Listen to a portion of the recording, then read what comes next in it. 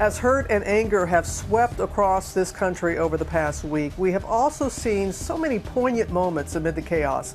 One of them we found in Charlotte, North Carolina. 3 generations of black men sharing this emotional exchange at a protest. Curtis Hayes Jr. seen in the video urging the future of the fight for change to find a better way.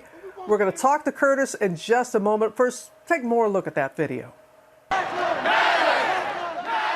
Raw emotion and pain on full display in protest all across the country. I'm tired of it. It's standing right there. And I understand. I'm tired of it. This powerful video from Charlotte, North Carolina, with over 22 million views.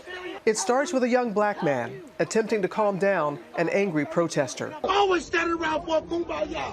Ain't nobody coming to protect us. A heart-wrenching moment shared between 3 strangers from 3 different generations, 16, 31, and 45 years old. This 16, he's 16. He's 16. What we gonna do? You tell me. What we gonna do? This ain't the way. The man in the middle, activist Curtis Hayes Jr., with a passionate plea. What you see right now is gonna happen 10 years from now. 10 years.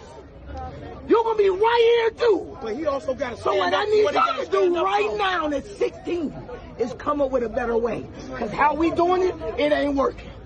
Y'all come up with a better way. Cause we ain't doing it. Oh my God. That 31-year-old man in that video, Curtis Hayes Jr., is now joining us live from Charlotte, North Carolina. Sir, thank you so very much. Your passion is so apparent. Tell us what came over you to speak out as you did in that moment, Curtis. First off, Ms. Robin, it's an honor. I thank you so much for having me. At that moment, I was looking at the 16-year-old young man, and I told myself, like, dang, I was once him. And then I looked at the 45-year-old man and said, I'm going to once be him.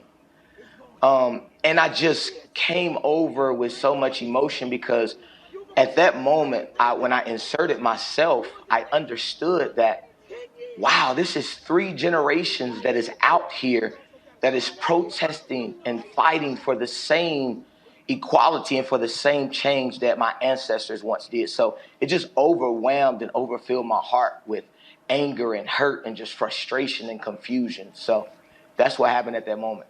Yeah. Yeah, 3 generations and the 3 of you coming at it from a different direction. That 16-year-old, and it was beautiful when you pulled him to you and how respectful he was to you. Raymond Curry is the young man's name, and you said to him, you've got to find a better way. So to you, Curtis, what is that better way? The better way is not, turning your anger and creating rage. It's turning your anger and turning it into the fire and the desire to understand what is needed in order to cause the change. So when I told him that after that moment, I continued to speak with him, and I'm just telling him, yo, educate your mind on the laws, educate your mind on legislation, educate your mind on the Constitution, know what your rights are as a United States citizen. That is how you are going to get change, is when you go and understand that and you go and you fight to change that. That is where the change is going to come. And you have stayed in touch with him. You are a man of your word. I know you've been texting back and forth with Raymond, and that he sent you a text and he was saying, we're doing it peacefully and we're still not seeing change. And the anger was boiling up in him again. And there's some young people who feel that way. So what do you say to them to help them channel that anger in a different direction? At that age, 16, 17, you have so much life ahead of you. Don't throw it away by, again, turning your anger and your confusion into rage. My uncle is out in Houston, and he made a powerful statement. He said, do not become criminals while fighting for change. And I think when you're out there and you're protesting, and if you allow that anger to overtake you, it can turn into rage, and you'll do things outside of your character at that moment that could possibly deter you and hurt you for the rest of your life. I hear you have 2 little ones at home, including a 5-year-old son. Oof. What do you say to him? What do you say to your 5-year-old? You know, when he first came out, I'm the type of man, I'm always going to tell him who he is. I always make sure I tell him that he's valuable. I always make sure I tell my daughter that you are a black woman in the world. You are the most important thing that God could have ever placed on this earth.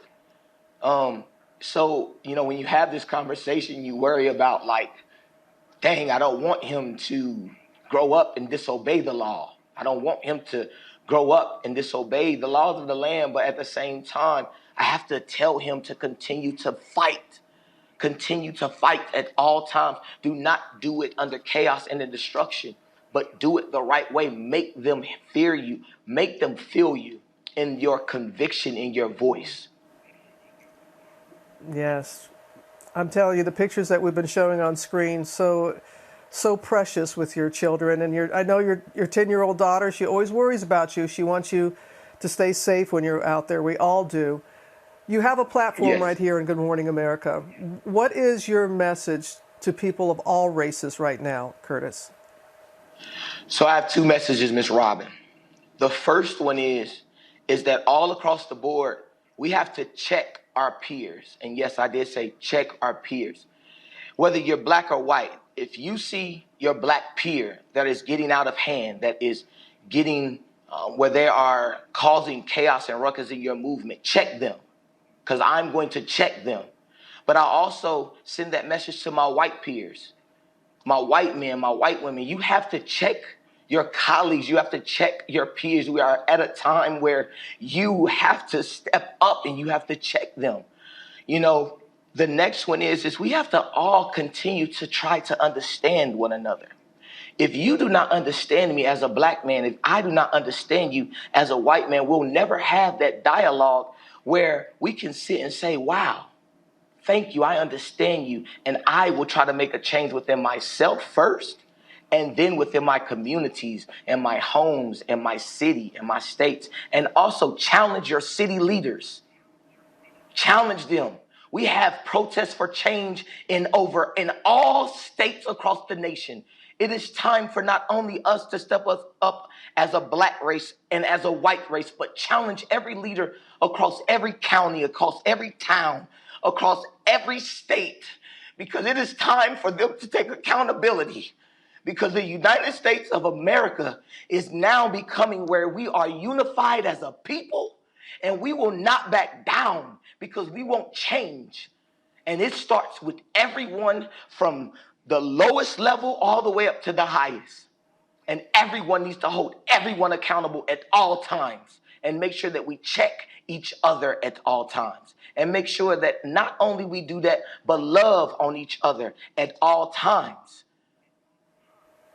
At all times. Not the black race, not the white race. It's the human race. It really is. Yes, ma'am. And that's what we have to know, that we have more in common than not. So let's not focus on the differences, but embrace the similarities that we have and celebrate that.